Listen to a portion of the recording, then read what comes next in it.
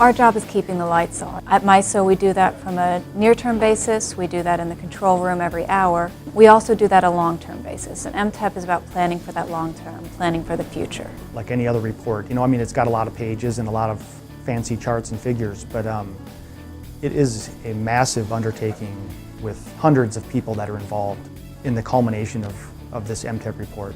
Our transmission planning area, we expend about 20,000 hours to produce this report.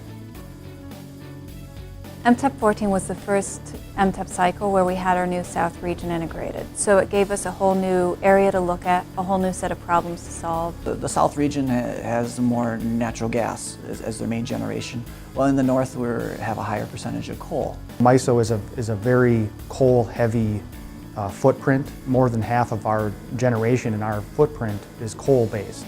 A lot of the regulations that the EPA is enacting or proposing are causing some of these older coal units to basically retire. That's probably our biggest issue right now, is just the overall changing dynamic of what the source of the energy is.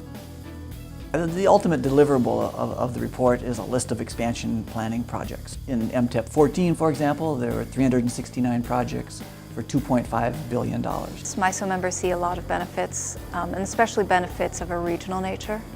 And that's because we help them coordinate with each other. We provide an independent voice so that when transmission projects are recommended for approval, there's a third party that says, yes, this is a good project and this should go forward. The MTEP report is not only about transmission expansion, it also includes a lot of resource adequacy, efforts to make sure, okay, is there going to be enough generation in the future? Each MTEP, I feel that we get even more efficient, not just with our planning processes, but educating the stakeholders on what it is we're trying to achieve.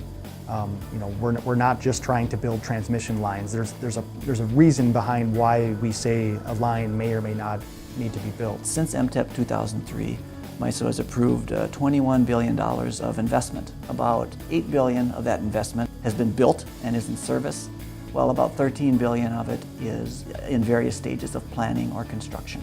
At the end of the day, we're creating new transmission projects, new generation that will impact everyday people.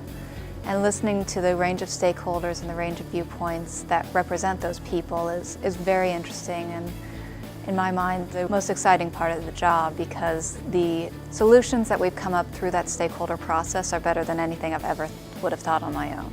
Our goal is to make the cost that the end consumer sees as low as possible while still keeping your lights on.